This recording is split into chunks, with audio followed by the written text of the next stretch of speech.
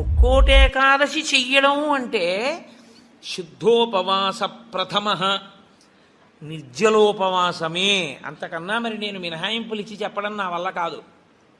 కానీ శాస్త్రం ఒక్కరి విషయంలో మినహాయింపు ఇచ్చింది. శరీర కష్టం చేసుకుని బ్రతికేవాణ్ణి మాత్రం ఉపవాసం చెయ్యమని నిర్బంధించవద్దు. వాడు పడిపోతాడు స్పృహ తప్పి, నీళ్ళు తాగకపోతే.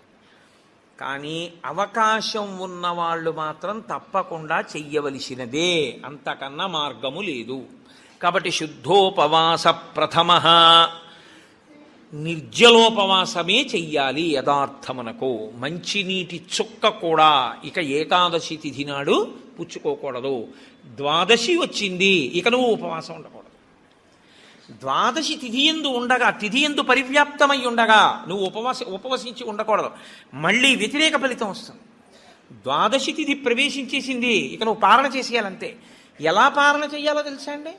ద్వాదశి తిథి ప్రవేశించేటప్పటికి నువ్వు పరిశేచనం చేసేయాలంతే. ద్వాదశి ఉదయం 6:30కు వచ్చింది అనుకోండి, మీరు 6:30 లోపల మీ భార్య గారు మీరు సంధ్యావందనం అనుష్ఠానం పూర్తి చేసే లోపల ఆవిడ మహానైవేద్యం సిద్ధం చేసి తీసుకొచ్చి ఇచ్చేయాలి.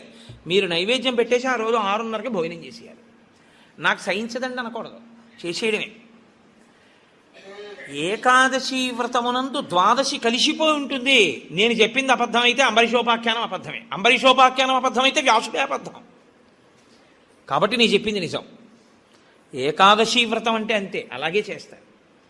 ఇలా కాని చెయ్యగలిగితే ముక్కోటి ఏకాదశి నాడు నీకు నేను 3 కోట్ల ఏకాదశులు చేసిన ఫలితాన్ని నీ ఖాతాలో వేసేస్తాను. ఎందుకో తెలుసా? 1 శరీరమును క్లేశపెట్టావు, 2 మనసును ఏకాగ్రతతో నిలబెట్టావు. కాబట్టి ఏం చేయాలంటే మార్చి మార్చి మార్చి మార్చి మార్చి మార్చి భగవత్కథ యందు కూర్చోవాలి. మరి ఇక దేనికి లేవాలి? శరీర శోధన చేయడానికి, మూత్ర విసర్జన చేయడానికి లోపలికి వెళ్ళిన నీళ్లు లేవు, మల విసర్జన చేయడానికి లోపల వేసిన పదార్థం లేదు, ఇంకెందుకు లేవడం? కాబట్టి లేవక్కర్లేదు. కాబట్టి ఏకాదశి రాగానే కూర్చుంటే ద్వాదశి వచ్చాక లే. అయితే అప్పుడు అందులో ఏముంది? జాగరణ కూడా ఉందా? ఉందా లేదా? ఏకాదశి నాడు ఉపవాసం అంటే అన్నం తినకుండా పగట కూర్చోవడం అని మీకు ఎవరు చెప్పారు? జాగరణ కూడా ఉంది. అందుకే ముక్కోటి ఏకాదశి నియమాలు అన్వయమయ్యేది మళ్ళీ 3 తిథులకు అన్వయం అవుతాయి. 1 మహాశివరాత్రి, 2 గోకులాష్టమి, 3 శ్రీరామనవమి. ముక్కోటి ఏకాదశి నాడు ఏ నియమాలు పాటిస్తారో అవే నియమాలు ఆ 3 తిథుల్లో పాటించాలి. ఈ 3 తిథులలో కూడా మీరు రాత్రి నిద్రపోకూడదు, పగలు ఏమీ తినకూడదు. అందుకే చూడండి, మహాశివరాత్రి నాడు నేను పరిచయం చేయడానికి మీకు ఆ తిథి బాగుంటుంది. మహాశివరాత్రి అంటే జాగరణతో కూడిన ఉపవాసమే. అందుకని నిద్రపోయి ఉపవాసం చేసేస్తానంటే అప్పుడు ముందు రోజు ఏ ఇంజక్షన్ చేయించేసి పడుకోవచ్చు. 12 గంటల తర్వాత తెలివచ్చే ఇంజక్షన్ ఒకటి. అలా కుదరదు. మీరు నిద్ర కూడా విసర్జించాలి. ఎందుకో తెలుసా అండి? నిద్ర విసర్జించడంలో చాలా పెద్ద క్లేశం ఉంటుంది. 1 తినలేదు, 2 తాగలేదు. ఒక స్థితికి వచ్చేటప్పటికీ నిస్త్రాణ కొంచెం వస్తుంది. వచ్చి ఫోన్లే అలా పడుకుంటే బాగుండు, కాస్త ఉత్తరీయం వేసుకుని అనిపిస్తుంది. అలా పడుకోకూడదు. అందున దీక్షితుడు అందుకే ఎప్పుడు పడితే అప్పుడు, ఎక్కడ పడితే అక్కడ నిద్రపోకూడదు. అలాగా మీరు పగలు రాత్రి కూడా ఏకాదశి తిథి ఉన్నంతసేపు, అంటే ఏకాదశి ఎప్పుడు మొదలైందో అప్పుడు ఒక రాత్రి కూడా పరివ్యాప్తం అవుతుంది. ఆ రాత్రి ఆ పగలు మీరు జాగరణ యందు ఉపవాసమునందు ఉండాలి. అంటే మారుస్తూ ఉండాలి. ఒకటే చేస్తున్నారనుకోండి, మనసు ఏమవుతుందంటే దాన్ని విడిచిపెట్టి ఇంకో చోటుకి వెడుతుంది. అందుకే ఏకాదశి చేసేటప్పుడు ఏం చేస్తారంటే సంఘంగా చేస్తారు. సాధారణంగా ఏకాదశి తిథిని ఒక్కడే చేయడం కొంచెం కష్టం. ఒక సంఘంగా అనుకుని ఏం చేస్తారంటే, ఏదో ఏకాదశి ప్రవేశించేటప్పటికి సంధ్యావందనం చేసుకుని ఇంట్లో కులదేవతార్చన చేసుకుని అందరూ కలిసి దేవాలయానికి చేరుకుంటారు. అందరూ కలిసి ఈశ్వరునికి సత్యనారాయణ వ్రతం చేస్తారు. అందరూ కలిసి విష్ణు సహస్రనామ స్తోత్ర పారాయణం చేస్తారు. అందరూ కలిసి త్యాగరాజస్వామి సంగీత విభావరి వింటారు. అందరూ కలిసి భజన చేస్తారు. అందరూ ఎవరో లేచి నాట్యం చేస్తారు, మిగిలిన వాళ్ళు చూస్తుంటారు. మారుస్తారు. మార్చి మార్చి మార్చి మార్చి భగవత్ శబ్దమునందే లీనమైపోతారు. ఏది చేస్తున్నా ఈశ్వర నామం పడుతుంటుంది. ద్వాదశి నాడు అన్నం తింటుంటే ఏది విన్నా గోవింద గోవింద అని అవే వినపడుతుంటాయి. ఇంకా ఏదో వెంకటాచలంలో 10 రోజులు ఉండి వచ్చిన వాడికి ఎక్కడ చూసినా గోవిందా అని వినపడినట్టు ఇంకా అస్తమానం గోవిందా అని వినపడుతుంటుంది. అంతగా నువ్వు ముక్కోటి ఏకాదశిని చెయ్యగలిగితే, అలా చేసినప్పుడు నీకు 3 కోట్ల ఏకాదశుల ఫలితాన్ని నీ ఖాతాలో వేస్తాను. నాకు ఇప్పుడు చెప్పండి, నిజంగా ముక్కోటి ఏకాదశి చేసేవాళ్ళు ఎంతమంది? Subscribe daily Telugu TV. ఎవరికి వెయ్యాలా ఫలితం? 24 ఏకాదశుల్లో ఒక్క ఏకాదశి అలా చేయగలవా అంటే దాని అర్థం ఏమిటో తెలుసా అండి? ఒక ఏకాదశి నిజంగా అలా చెయ్యాలని మీరు అనుకుంటే కనీసం ఇంకో ఏకాదశి మీరు అలా రిహార్సల్ వేయాలి. మీరు ఇంకో ఏకాదశికి రిహార్సల్ వేస్తే అది వస్తోంది ఇబ్బంది కాబట్టి ఆ రోజుని ఇది రాకుండా చూసుకుందామని మీరు జాగ్రత్త పడతారు. ఓ పని చేస్తున్నారనుకోండి, ముందే ఇలా చేస్తే బాగుంటుంది, ఇలా చేస్తే బాగుంటుందని ప్రణాళిక రచిస్తారే, ప్రణాళికా రచనకు పక్కన ఇంకొక ఏకాదశి జరగాలి. అందుకే ముక్కోటి ఏకాదశి ఒక ఏకాదశి ఎవడు చేయడు, పక్కన ఇంకో ఏకాదశి చేస్తాడు. ఏదో ఏకాదశి చేశారనుకోండి, ఓహో ఏకాదశి చేస్తే ఇదిగో ఇలా ఇలా ఇబ్బందులు ఉంటాయి. నేను మీకు ఒక ఉదాహరణ చెప్తాను. ఏకాదశి రేపు వ్రతం చేద్దాం అనుకుని ముందు రోజు మీరు పుల్లని పదార్థాలు, తీయటి పదార్థాలు బాగా తినేశారనుకోండి, మీరు ఇంక దాహాన్ని ఆపలేరు. దాహము తనంత తాను పొటమరించకుండా ఉండాలి అంటే మీరు శారీరకమైన ఆంతరమైన జాగ్రత్తలు కొన్ని తీసుకోవాలి. ఒకటి, వేడిగా ఉన్న చోటుకి వెళ్ళి మీరు కూర్చోకూడదు, శరీరం పడిపోతుంది, డిహైడ్రేట్ అయిపోదు. కాబట్టి అందుకే పరమేశ్వరుడు కూడా అనుకూలమైనటువంటి కాలంలో ఇచ్చాడు, పుష్యమాసంలో ఇచ్చాడు. నీటిని శరీరం ఎక్కువ డిమాండ్ చేయదు ఈ టైంలో. ఇది ఆయన పట్టుకెళ్ళి రోహిణీ కార్తీలో పెట్టాడు అనుకోండి, అసలు ఉండడు ఆవిడ చేసేవాడు కదండి. అందుకని పట్టుకొచ్చి హేమంత ఋతువులో పెట్టాడు, తనంత తాను పైనుంచి చల్లగా ఉంటుంది. కాబట్టి ఏకాదశి చెయ్యడం అంటే దాని అర్థం ఏమిటో తెలుసా అండి? దానికి 3 రోజులు ముందు నుంచి మీరు పదార్థముల మీద అదుపులోకి వచ్చేయాలి. ఇక ఒక్కసారి అది తింటే మళ్ళీ ప్రయత్నపూర్వకంగా మీరు మంచినీళ్లు తాగాలనుకుంటే తప్ప దాహం వేయకుండా శరీరం నిలబడగలిగినటువంటి రీతిలో ఆహారం ఏది ఉంటుందో అటువంటి ఆహారాన్ని ఎంచి అంత సాత్విక ఆహారంతో నిలబెట్టాలి. ముందు నిలబెడితే ముక్కోటి ఏకాదశి నాడు నీళ్ళు అడగకుండా ఉంటుంది, శక్తి లోపల నిలబడుతుంది. అంతకు ముందు కొన్ని రోజుల పాటు మీలోని శక్తిని క్షయం చేసేయకుండా మీరు ఉండాలి, మీ తేజోక్షయం చేయకూడదు. అంతకన్నా ఇంకో మాట నేను చెప్పను. అలా మీరు నిలబడగలిగితే ముక్కోటి ఏకాదశికి మీరు సిద్ధపడగలుగుతారు. అకస్మాత్తుగా ముక్కోటి ఏకాదశి ఓటీ చేసేస్తానంటే కుదరదు. కాబట్టి అసలు ముక్కోటి ఏకాదశి అన్నదాని యందు ఎంత సత్యమైన వాక్కులున్నాయో, శరీరమును క్లేశపెట్టడం అనేటటువంటిది శాస్త్రమునందు ప్రతి 11 రోజుల్లో ఒక రోజు తప్పదు. ఏకాదశి అంటే ఆ 11 ఈశ్వరుని యందు నిలబడాలి. 5 జ్ఞానేంద్రియాలు, 5 కర్మేంద్రియాలు, మనస్సు 11 నిలబెట్టాలి. దానికి ఉపవాసం చెయ్యాలి. అథవా ముక్కోటి ఏకాదశి నాడు చెయ్యగలిగినటువంటి ఈ పరిస్థితులన్నింటినీ మీరు సమన్వయం చేసుకున్నా, శరీరాన్ని నిలబెట్టినా, మీ మనసుని తీసుకెళ్లి ఈశ్వరుడి దగ్గర పెట్టడం మాత్రం అంత తేలికైన విషయం కాదు. కాబట్టి నేను మిమ్మల్ని అందరినీ నిరుత్సాహపరుస్తున్నాను అని మీరు అనుకోవద్దు. మీరు ఎప్పుడూ ఒక్క విషయం గుర్తుపెట్టుకోండి, మీరు ఏం చేశారు అన్నదాన్ని బట్టి 100% సిలబస్ బట్టి మార్కులు ఈశ్వరుడు వేయడు. మీ ప్రయత్నాన్ని చూసి హర్షించి వేసేస్తాడు ఆయన. అసలు మీరు సంకల్పం ఒకటి చేశారనుకోండి, వచ్చే సంవత్సరం ముక్కోటి ఏకాదశి మనం ఎలా చేసుకుందాం అని ఓ 10 మంది పెద్దలు కూర్చుని వచ్చే ఏడాది మన దేవాలయంలో ముక్కోటి ఏకాదశి చేద్దాం, వచ్చే ఏడాది ముక్కోటి ఏకాదశి చేయడానికి నిజంగా అలా శరీరంలో పదార్థం వెయ్యకపోయినా నిలబడగలిగిన శరీరాలు ఇన్నున్నాయి. ఇందులో ఎంతమంది ఆ దారుఢ్యం ఉన్నవాళ్ళు ఉన్నారు? వాళ్ళని సప్తమి తిథి నుంచే మనం ఎలా సిద్ధం చేద్దాం. వాళ్ళని సిద్ధం చేసి ముక్కోటి ఏకాదశి నాడు ఎంతసేపు ఉండగలిగితే అంతసేపు ఉంటాడు. ఇక తప్పలేదు, 4 నీళ్లు గుటకలు వేయవలసి ఉంటుంది. నన్ను నమ్మండి, మీ ఉపవాసం పాడవాలి. అది పుచ్చుకోకపోతే శరీరం పడిపోతుంది. ఇప్పుడు ధర్మం ఏమైపోతుందో తెలుసా అండి? ఆమరణ నిరాహార దీక్ష శాస్త్రమునందు అత్యంత మహాపాపము. మీ శరీరం పడిపోయే వరకు మీరు మీ ఏమీ తినను, ఏమీ తాగదు అని భీష్మిస్తే ఆ వ్రతఫలం ఇవ్వరు, పిశాచత్వం ఇస్తారు. అన్నం తినకుండా, నీళ్లు పుచ్చుకోకుండా ఎవడైనా శరీరాన్ని పడగొడితే వాడి జీవుణ్ణి పిశాచంలోకి ప్రవేశపెడతారు. అందుకని ఇప్పుడు మీ ప్రయత్నం మీరు చేశారు, ఇక శరీరం పడిపోతుంది, తప్పదు, నీళ్లు పుచ్చుకోవాలి. ఇప్పుడు మీరు ఎంత నీరు తాగితే శరీరం నిలబడుతుందో అన్ని నీళ్లు తాగారు, అది ఉపవాసంలో అంతర్భాగం అయిపోతుంది. ఇప్పుడు ఒక్క అరటిపండు లోపల వేయకపోతే శరీరం నిలబడదు. ఓ అరటిపండు లోపల పడేశారు, మీకు ఉపవాసమునకు భంగము రాదు. కాబట్టి గురుముఖత చాలా జాగ్రత్తగా శాస్త్రము చెప్పిన నియమములను బాగా విని, అసలు దాని మీద తర్ఫీదు ఏడాది మొదలుపెట్టారనుకోండి, మీరు చాలా తక్కువ మందితో మేము ఇలా చేస్తాం అన్న సంకల్పం ఒకటి. రెండు, అన్నిటికన్నా ప్రధానంగా దృష్టిలో పెట్టుకుని చేయవలసింది ఏమిటో తెలుసా అండి? నీరు పుచ్చుకోకుండా ఆహారము పుచ్చుకోనప్పుడు మనసు ఆ స్థితికి వెడుతున్నప్పుడు ఎంత ఖేద పడుతుందో ఇప్పుడు అర్థమవుతోంది.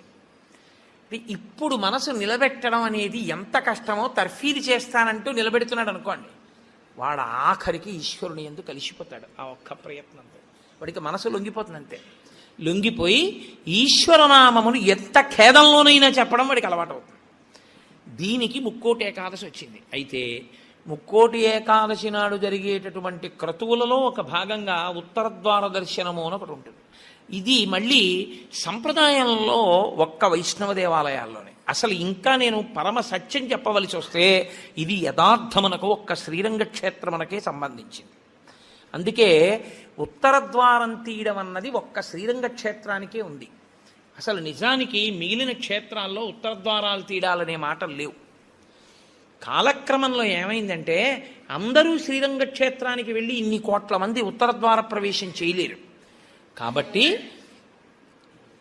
కొంతలో కొంత ఎక్కడ ఉన్న విష్ణు క్షేత్రాన్ని అక్కడే శ్రీరంగ క్షేత్రంగా భావన చేసి రంగనాథుణ్ణి స్మరిస్తూ ఉత్తరద్వారంలోంచి వెడతారు. ఉత్తరద్వారంలోంచి ఆ రోజున శ్రీ మహావిష్ణువు ఏమీ చెయ్యలేనివాడు, అన్ని విధాల ఇంకా అసలు నేను ఈశ్వర ఏమీ చెయ్యలేను, నువ్వే నాకు ఆధారం, నువ్వే నన్ను తీసుకుపో అన్నవాణ్ణి ఉత్తరద్వారం తెరిచి తనతో తీసుకుపోతాడు. ఉత్తరద్వారం తీస్తే మీరు ఎటువైపు ఎడతారు? Subscribe daily Telugu TV. ఉత్తరానికి ఎడతారు కదండి. ఉత్తరద్వారం ఎందుకు తీయడం?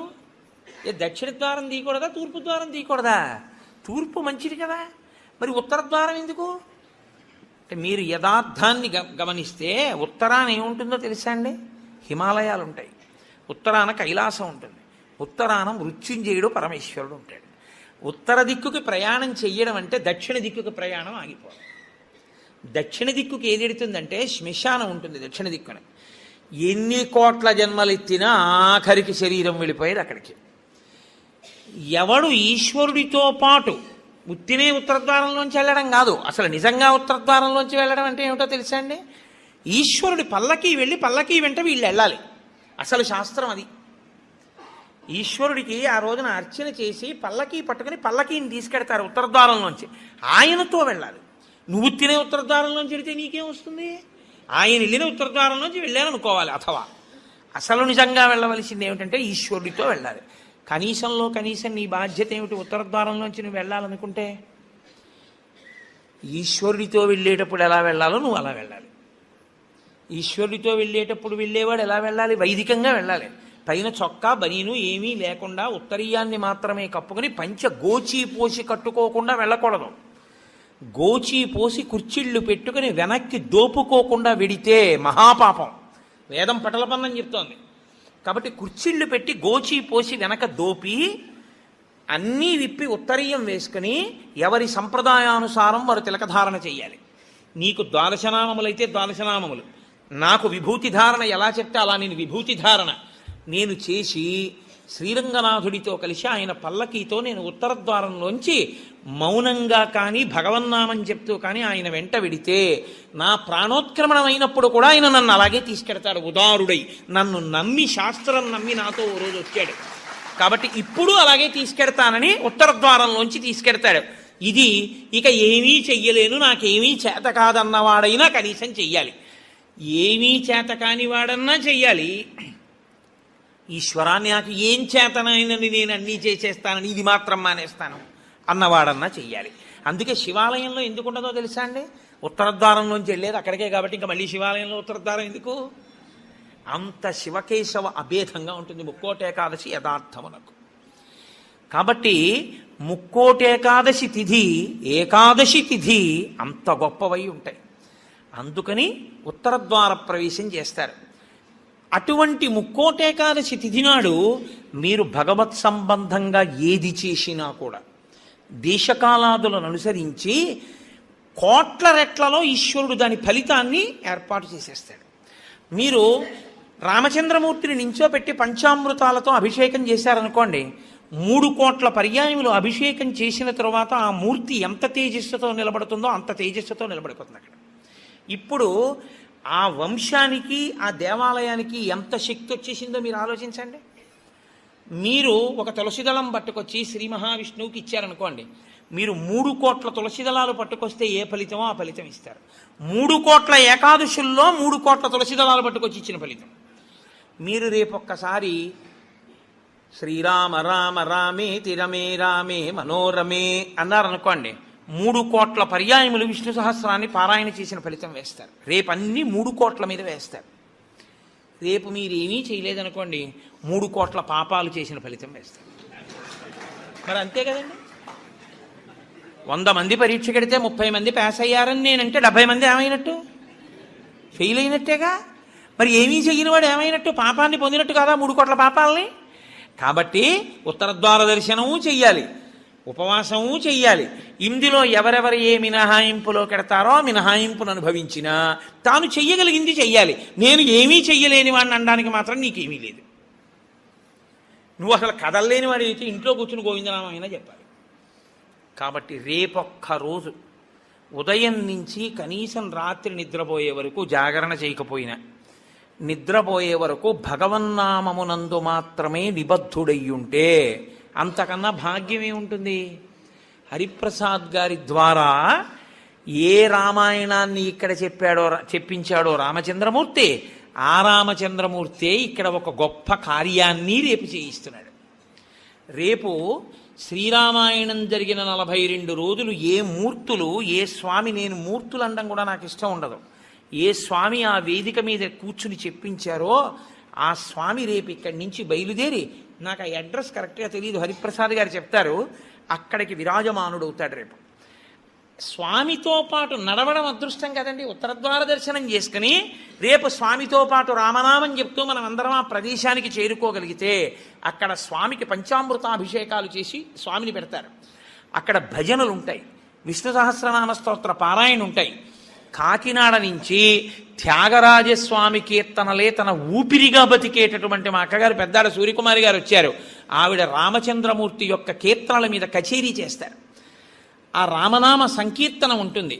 హాయిగా మీరు అంతగా మన శరీరాలు అలవాటు పడిపోయాయి కాబట్టి పడిపోతుందేమో అనుకుంటే, నేను అనుకుంటున్నాను ఆయన పెట్టడానికి సిద్ధహస్తుడు కాబట్టి ప్రసాదం కూడా కొంచెం సాత్వికంగా ఉంటుంది అని, కాబట్టి కొద్దిగా సాత్విక ప్రసాదం ఉంటుంది.